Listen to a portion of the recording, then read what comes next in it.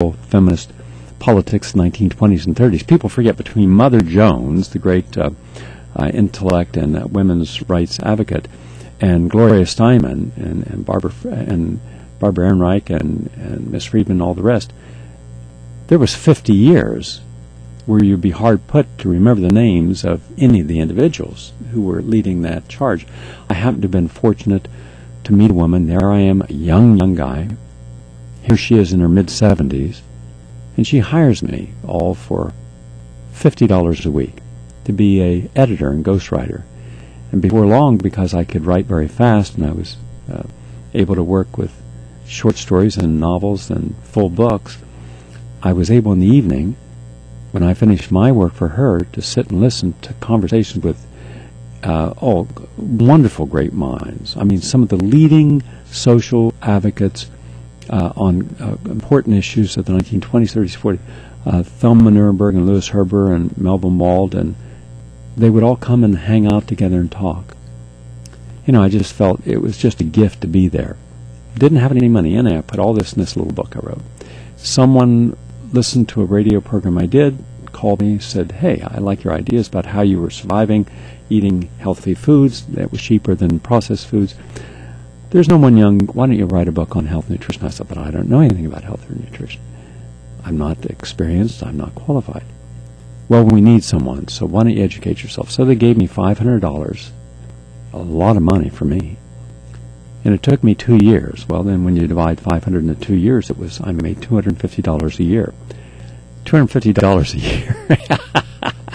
Not a lot of money. I want to tell you, boy, you really count every penny when you're making $250 a year. But I did the book, and I remember the day I took the manuscript in, and I said, "This is it." And they said, "This is an awful big manuscript. It's too big to publish." And then they argued about how much they were going to take out of the book. And I said, "Why should you take any out?" "Well, no one's going to read a big book." I said, "Why? Because no one has been given a big book?" And I said, "Try it." So they did. Anyhow, it became a monster bestseller. I mean, it was the biggest selling health book in history in the United States. So it allowed me a chance to go around the country. And they were very cheap. And so they didn't want to fly me, so I had to go on a bus. So just imagine going on a 30-city tour on a bus. Some of those trips were like 20 hours, 24 hours, going from point A to point B, because they were just cheap. And they also kept my royalties, which I never appreciated. But I forgave them because it allowed me to take the next step in my career. Someday I'll tell the story of what I had to go through at the hands of a lot of publishers and broadcasters. But again, you have to put everything in perspective. You say, okay, someone took advantage of you, but they gave you an advantage. So look at what you've got, not what you don't have. So anyhow, I went out to Arizona, and I was supposed to do a big lecture, or not a big lecture, but a lecture. And the guy who was sponsoring the lecture was not a healthy guy, big, gigantic, fat guy. I mean, he must have gone 400 pounds. He was humongous. And his sister, who was his secretary, was equally as big. And then I came in, first thing he said to me, "I just got this long trip. I'm exhausted. It's the last stop in my whole tour." And he said, "Well, kid, you disappoint me." It's the very first words out of his mouth. Not even hello, have a seat, you want a glass of water, nothing. So I'm standing in front of him. He didn't even offer me a chance to sit down. And he says, and I said, "Why? What did I do?" He said, "Well, we haven't seen big ticket sales. And your publisher said that, you were a good lecturer and all, but clearly nobody knows who you are. And I was expecting them to send someone like a Dr. Christopher, someone who's got a reputation, been around. You don't have any reputation, you haven't been around." I said, "Well, you're right, I haven't been around." And he said, "I just want you to know that I'm disappointed, and we're going to have to save some money now." That's all right. How should we save money? He said, "Well, first, don't come in here expecting to get free food." I said, "Well, I wasn't intending to come in your store to get free food." He said, "Well, there's still 3 days or 4 days before this lecture, and we're not going to have you in the hotel. In fact, you're going to stay with one of our employees." I said, "That's fine." So at the end of the day, I waited around, and this guy comes, and he drives me out into the desert, and he's got this little trailer. And there's no air conditioning. This is Phoenix. It's the summer. It's boiling. And so I'm sitting there in a lawn chair outside because there's only one bed. This is how cheap this guy was. So I said, okay, let's just look at the best of this. So the next morning, I get up and I ask the guy, can I borrow his bike? And he said, yeah.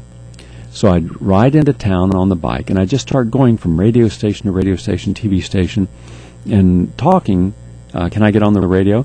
And I got on all these radio programs, and I got on a couple of television programs, and I talked about I was going to do a lecture and whatnot, and where it was, and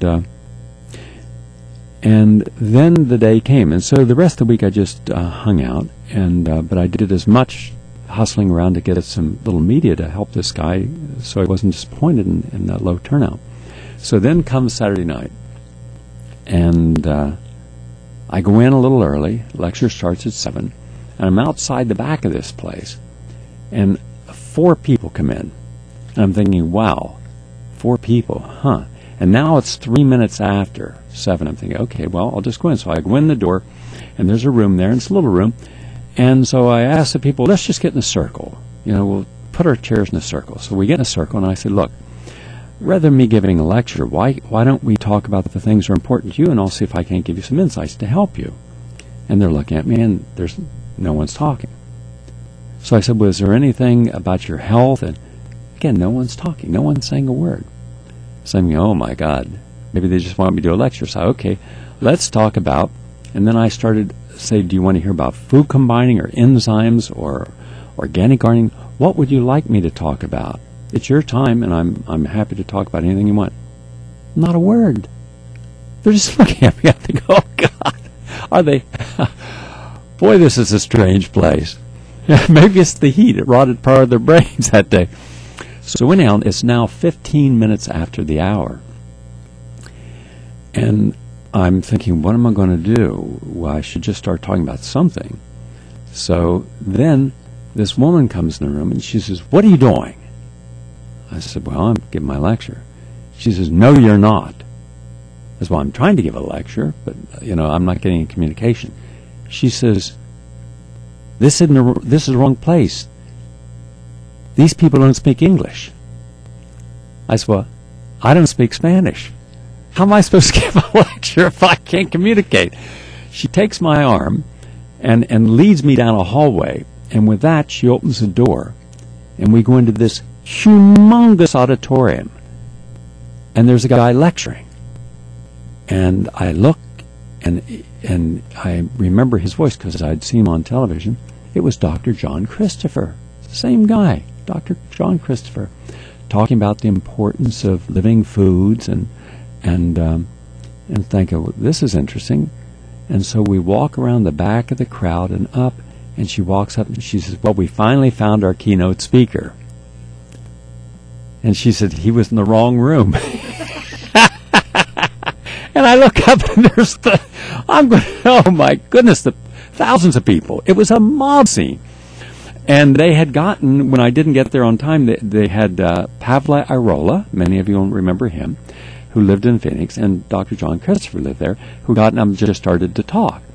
And what I didn't realize till afterwards, I didn't know where all these people came from, was that about a month before, I'd taped Johnny Carson, I'd taped all these shows, network shows, Mike Douglas, and so people saw me and then heard me locally and then contacted the local place and found out they didn't go through that little place.